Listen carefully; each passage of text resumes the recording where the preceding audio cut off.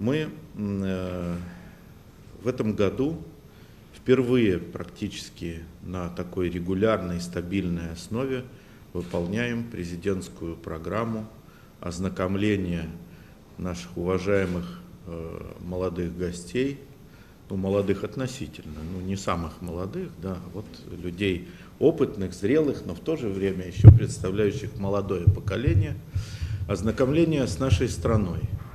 Проведение здесь мероприятий, направленных на то, чтобы вы, все наши гости дорогие, себя чувствовали поближе к России, понимали ее лучше, увидели ее своими глазами, пощупали что-то своими руками, посмотрели в глаза нашим россиянам, поговорили с ними, пообщались между собой в конце концов.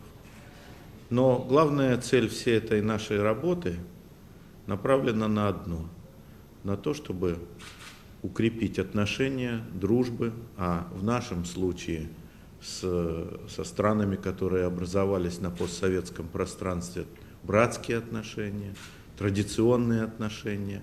И второе, донести объективный, не приукрашенный, но объективный облик России до наших зарубежных друзей и партнеров.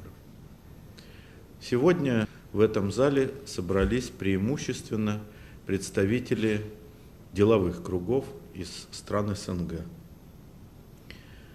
Представители тех кругов, которые ежедневно, постоянно ощущают пульс экономических событий в своих странах, пульс взаимоотношений в сфере бизнеса, экономики между Россией и теми странами, которые они представляют.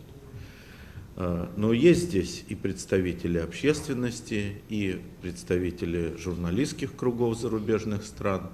Думаю, что этот визит действительно был интересен не только своим наполнением с точки зрения встреч, с точки зрения экскурсий, культурной программы, поездок по различным таким рэперным, я бы сказал, точкам развития в Москве и прилегающих регионах, но еще и имел эту изюминку в виде центрального события, форума, который был посвящен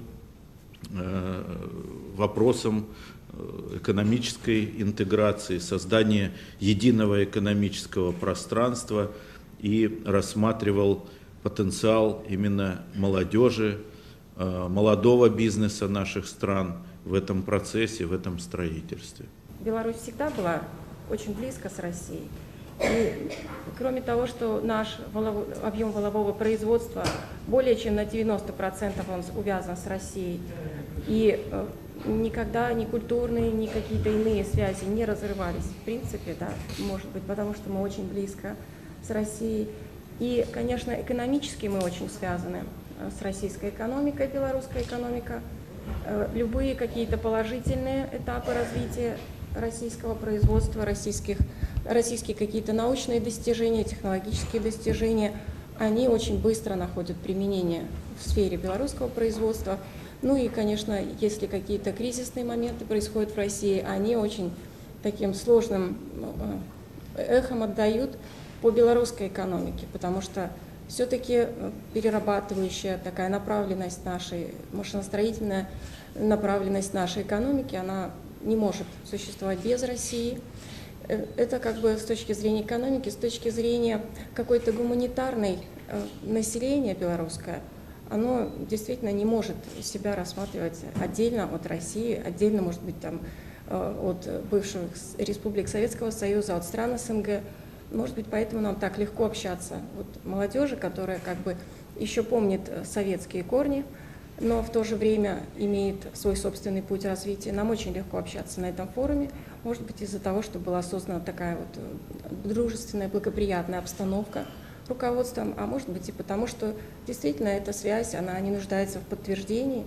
Нам не нужно как бы ничего друг другу доказывать, мы просто ищем контакты, мы ищем возможности вот на этом форуме для того, чтобы продолжать их потом в своей работе каждодневной. Вот, и популяризация идеи интеграции, она очевидна, я думаю, что для очень многих. Ну, по крайней мере, для нашей делегации она всегда очевидна. И вот хотелось бы еще отметить, что малый бизнес, малый и средний бизнес – это, как правило, самый гибкий, самый быстро развивающийся, вот в том числе в Беларуси.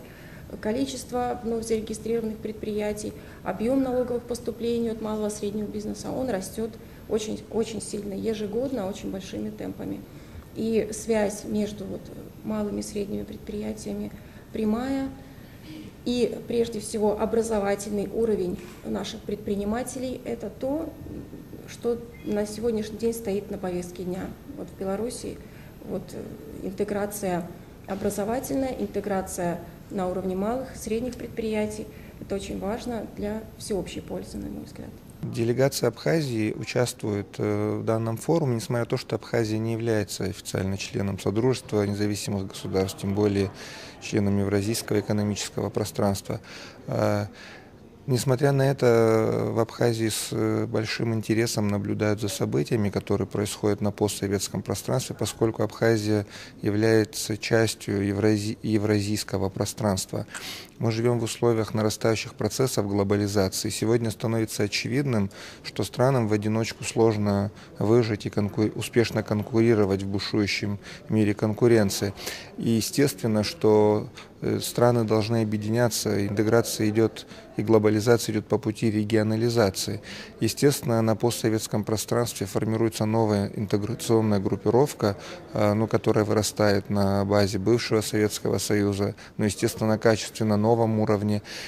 Проблем существует множество, это и разные стартовый уровень, и внутренние проблемы стран-участников, но все эти проблемы в принципе преодолимы, и главное, чтобы была политическая воля и заинтересованность участников интегрироваться. Безусловно, процесс этот будет нелегким, длительным, конфликтным, компромиссным. Есть опыт успешного развития интеграционных процессов в мире, и в частности Европейского Союза. Я думаю, многие вещи будут заимствованы, и многие ошибки будут учтены, но тем не менее нужно ожидать, что это длительный и сложный процесс переговоров, поскольку помимо общей идеи интеграции у каждой страны-участницы есть свои национальные интересы, которые также должны быть учтены, поскольку речь идет о добровольном участии стран. И страны должны почувствовать, что это объединение даст дивиденды. Самое главное, чтобы процесс интеграции и развития Евразийского союза, о котором идет речь, идея должна быть привлекательной. И страны должны стремиться стать участниками этого союза. Как мы видим, многие страны, которые не входят в Европейский Союз, пытаются стать членом этой организации только лишь потому, что они ассоциируют и связывают свое будущее с чем-то более светлым и лучшим. То же самое, если Евразийское пространство, Евразийский союз сможет показать, что это благо для участников, тогда он будет привлекательным для других стран, и этот союз будет расширяться. Но пока это всего лишь идеи, и будем надеяться, что они будут воплощаться в жизнь.